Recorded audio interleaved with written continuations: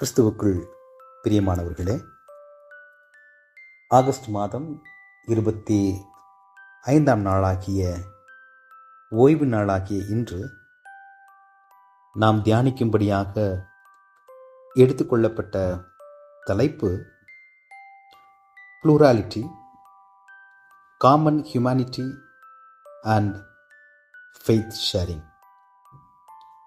பன்முகத்தன்மையில் மானுட பொதுமையும் பற்றுறுதியை பகிர்ந்து கொள்ளுதலும்.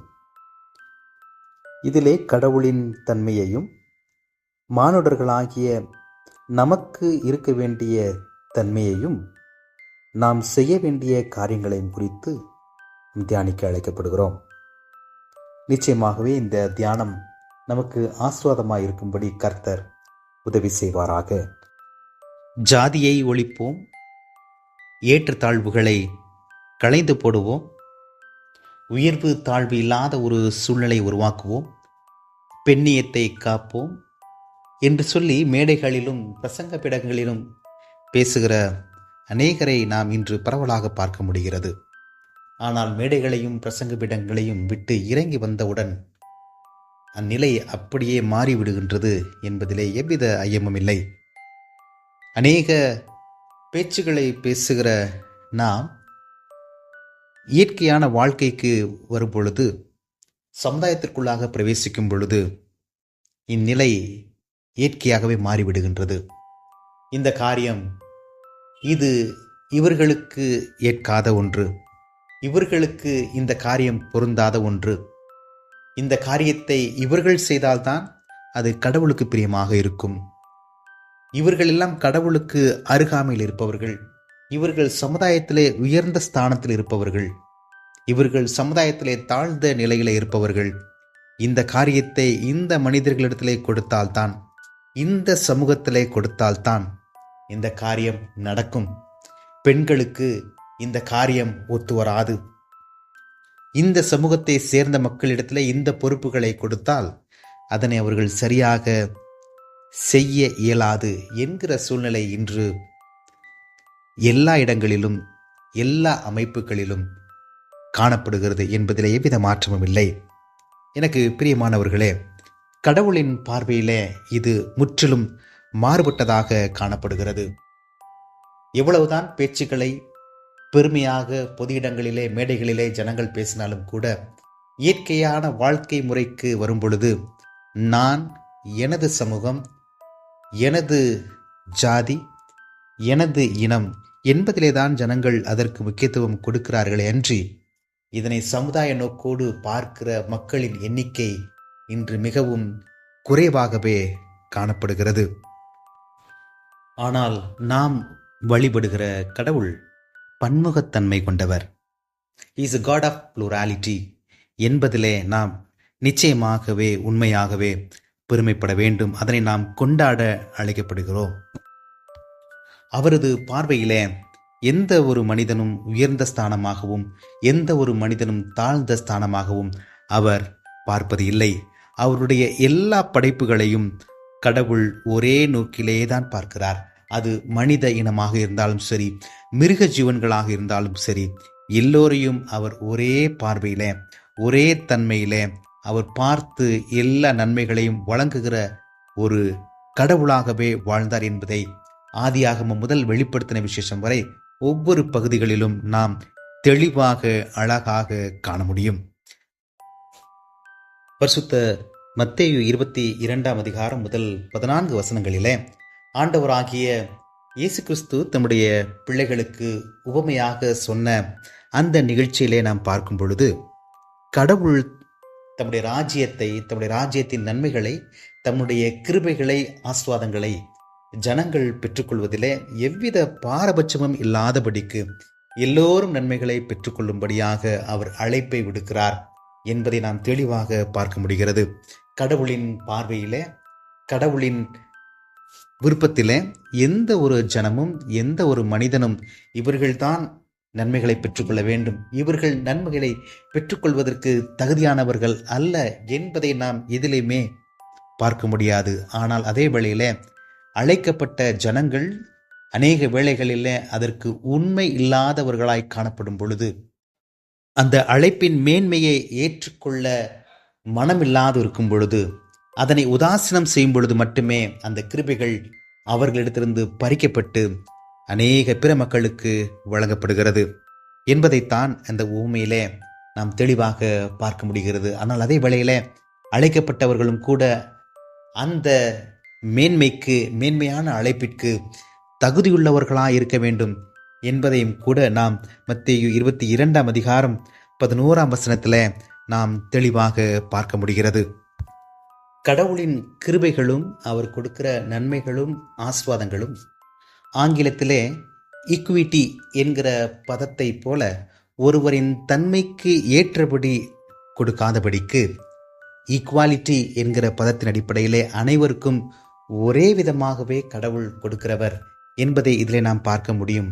ஒருவனின் பரிசுத்தத்தின் அளவிற்கு ஏற்றபடி, ஒருவனின் ஜெபத்திற்கு ஏற்றபடி, ஜெபத்தின் ஆழத்திற்கும் அதன் தன்மைக்கும் ஏற்றபடி நன்மையை கொடுக்காதவராய், ஒருவனின் ஜெபம் இருந்தால் போதும், ஒருவனுக்கு ஆவிக்குரிய வாழ்க்கையின் அனுபவம் இருக்க வேண்டும் என்கிற வாஞ்சை இருந்தால் போதும் என்கிற தன்மையின் அடிப்படையிலே கடவுள் நன்மையை வழங்குகிறவராக, அவர் சமமாக அனைவருக்கும் ஒரே விதமாக எந்த விதமான ஏற்ற தாழ்வுமின்றி நன்மைகளை ஈக்குவலாக கொடுக்கிற கடவுளாகவே அவர் காணப்படுகிறார் என்பதைத்தான் இந்த உவமையின் மூலமாக நாம் அறிந்து கொள்ள முடியும்.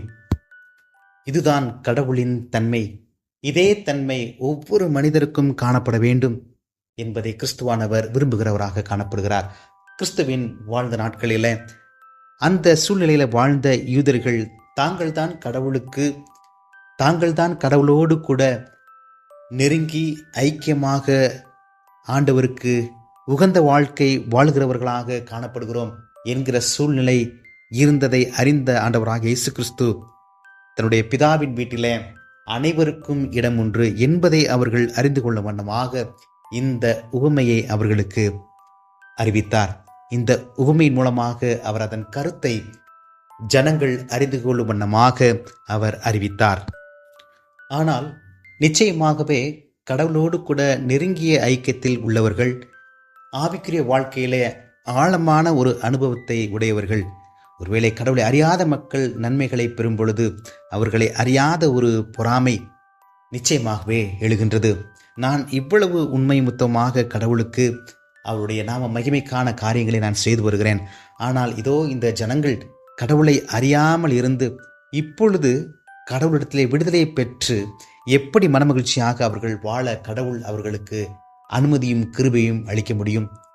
இவ்வளவு நாள் தவறு செய்தவர்கள் ஒரு நிமிடத்தில் தங்கள் தவறை உணர்ந்தவுடன் எப்படி கடவுளிடத்திலிருந்து மன்னிப்பை பெற்று மேன்மையான உயர்வான ஸ்தானங்களை கடவுளிடத்திலிருந்து பெற முடியும் என்கிற ஒரு தவறான ஒரு சிந்தனை, என்ற ஒரு பொல்லாத ஒரு எண்ணம் இயற்கையாகவே இன்று ஜனங்களுக்கு மனதிலே வந்துவிடுகிறது. ஒருவேளை பரம்பரை கிறிஸ்தவர்களாக பல வருடங்களாக பல தலைமுறைகளாக கிறிஸ்தவர்களாக இருந்து அவர்களுக்கு கிடைக்காத நன்மைகளை, கிறிஸ்துவை ஒரு நிமிடத்திலே அறிந்த மாத்திரத்தில் ஒரு புதிய கிருபைகளையும் ஒரு புதிய மேன்மையையும் புதிய வரங்களையும் அநேக மக்கள் பெற்றுக்கொள்கிறதை பார்க்கும் பொழுது நிச்சயமாகவே ஒரு விதமான ஒரு எண்ணம் கிறிஸ்துவை அறிந்த ஜனங்களுக்கு ஏற்படுவது இயல்பான ஒன்றாகும். இதே போன்ற ஒரு நிகழ்வுதான் யோனா தீர்க்கதரிசியின் புஸ்தகத்தில் 4 அதிகாரம் முதல் 11 வசனங்களிலே நாம் பார்க்க முடியும். நினிவே பட்டணத்தில் கடவுளை அறியாத ஜனங்கள் கடவுளுக்கு விரோதமாக அநேக காரியங்களை செய்து அதன் பின்பதாக யோனாவின் மூலமாக அவர்கள் தங்களுடைய தவறுகளை உணர்ந்து அவர்கள் மன்னிப்பை கடவுளிடத்திலிருந்து பெற்றுக்கொண்டவுடன், எனக்கு பிரியமானவர்களை, கடவுளை அதிகமாய் நேசித்த தேவனுடைய ஊழியனாகிய யோனாவினாலேயே அதனை ஏற்றுக்கொள்ள முடியவில்லை. எனக்கு பிரியமானவர்களே, இதே போன்ற சூழ்நிலைதான் ஒவ்வொரு ஜனங்களுக்கும் இன்று ஏற்படுகிறது. நாம் கடவுளைப் போல பரந்த மனப்பான்மை உள்ளவர்களாக காணப்பட வேண்டும் என்று சொல்லி கடவுள் விரும்புகிறார். யோனாவின் இடத்துல அதனைத்தான் கடவுள் வெளிப்படுத்தினார். ஒரு ஆமணக்கு செடியின் வாயிலாக யோனா இதனை அறிந்து கொள்ள வேண்டும் என்பதற்காக அவர் ஒரு சில காரியங்களை அவனோடு கூட பேசி அவனுக்கு ஆலோசனை கொடுத்தார். ஒரு ராத்திரியிலே அழிந்து போனதுமான ஆமணக்குக்காக நீ பரிதபிக்கின்றாயே. வலது கைக்கும் இடது கைக்கும் வித்தியாசம் அறியாத 120,000 பேருக்கு அதிகமான மனுஷரும் அநேக மிருக ஜீவன்களும் இருக்கிற மகாநகரமாகிய நினிவேக்காக நான் பரிதபியாமல் இருப்பேனோ என்றார். ஆம், எனக்கு பிரியமானவர்களே, கடவுளுடைய பார்வையிலே அவர் கடவுளை நேசிக்கிறவர்கள் மீது எவ்வளவு பிரியமாக இருக்கிறாரோ, அதே வேளையில அவரை விட்டு பிரிந்து போகிறவர்கள், கடவுளுக்கு விரோதமாக தவறு செய்கிறவர்கள், அவர்கள் மீது அவர் கரிசனையுள்ளவராக காணப்படுகிறார்.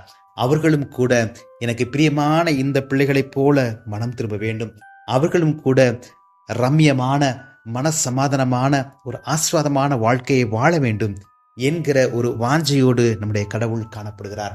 இதே சிந்தனை நம் ஒவ்வொருவருக்கும் வர வேண்டும் என்கிற வாஞ்சையும் கூட கடவுளுக்கு இருக்கிறது. இவ்வளவு நன்மைகளையும் மேன்மைகளையும் கடவுளிடத்திலிருந்து பெற்றுக்கொண்டவர்களாகிய நாம் அதனை நாம் மட்டுமே வைத்துக் கொள்ளாதபடிக்கு அதனை நாம் பகிர்ந்து கொள்ள வேண்டும்.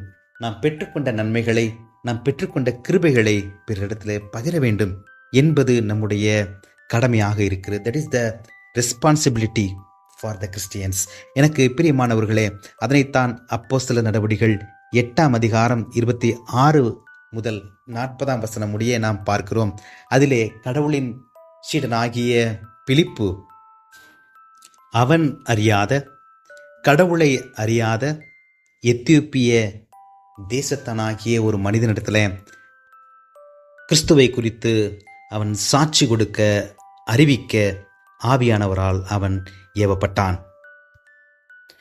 எனக்கு பிரியமானவர்களே, நன்மைகளையும் கிருபைகளையும் வரங்களையும் மேன்மைகளையும் கடவுளிடத்திலிருந்து இலவசமாய் பெற்றுக்கொண்ட நாம் பெற்றுக்கொண்டவைகளை பிறரிடத்தில் அறிவிக்க, சமுதாயத்திலே காணப்படுகிற ஒவ்வொருவரும் அதே போல மேன்மைகளையும் வரங்களையும் நன்மைகளையும் கடவுளிடத்திலிருந்து பெற்றுக்கொள்வதற்கு என்ன செய்ய வேண்டும்? நாம் என்ன செய்து அதனை பெற்றுக்கொண்டோம், அதே போல பிறரும் என்ன செய்து இந்த நன்மைகளை பெற்றுக்கொள்ள வேண்டும் என்று நாம் சொல்ல அழைக்கப்படுகிறோம். அதுதான் நாம் பன்முகத்தன்மையில, கடவுளைப் போல பரந்த மனப்பான்மையில ஜனங்களை பார்க்க வேண்டும் என்று கடவுள் விரும்புகிற ஒரு தன்மையாகும். இந்த தியானத்தை கேட்டுக்கொண்டிருக்கிற நாமும் கூட, நான், எனக்கு, என் குடும்பம், எங்கள் சமூகம், எங்கள் இனம், எங்கள் ஜாதி என்கிற சிந்தனையை விடுத்து பன்முக தன்மையோடு, மானுட பொதுமையோடு நாம் வாழ அழைக்கப்படுகிறோம். சமுதாயத்திலே காணப்படுகிற ஒவ்வொருவரும் நன்மைகளை பெற்றுக்கொள்ள வேண்டும். அனைவரையும் நம்முடைய உடன்பிறப்புகளாக, ஒருவேளை நம்முடைய நண்பர்களாக நாம் கருத வேண்டும் என்கிற ஒரு புதிய தீர்மானத்தை எடுத்துக்கொள்ள நாம் அழைக்கப்படுகிறோம். தமிழகத்தின் முன்னாள் முதலமைச்சர் கலைஞர் கருணாநிதி அவர்கள் குறிப்பிட்டதைப் போல, நான், நீ என்று சொல்லுகிற பொழுது உதடுகள் ஒட்டாது, நாம் என்று சொல்லும் பொழுதுதான் உதடுகள் கூட ஒட்டும் என்ற கருத்தை நாமும் கூட எடுத்துக்கொண்டு, எனக்கு பிரியமானவர்களே, நாம் என்கிற சூழ்நிலையில கடவுள் எப்படி அனைவரையும் ஒரே பார்வையில சமமாக அவர் பாவிக்கின்றாரோ, அதே போல சமுதாயத்திலும், பணிஸ்தலங்களிலும், ஆலய பிரகாரங்களிலும் அனைவரையும் சமமாக பாவித்து கடவுளின் ராஜ்யம் கட்டப்படுவதற்கு நாமும் ஒரு கருவிகளாக வாழ தேவன் தாமே நமக்கு கிருபையளிப்பாராக. கர்த்தர் இந்த நாளையும் இந்த தியானத்தையும் இதனை கேட்கிற ஒவ்வொருவருக்கும் ஆசீர்வதித்து கொடுப்பாராக. ஆமேன்.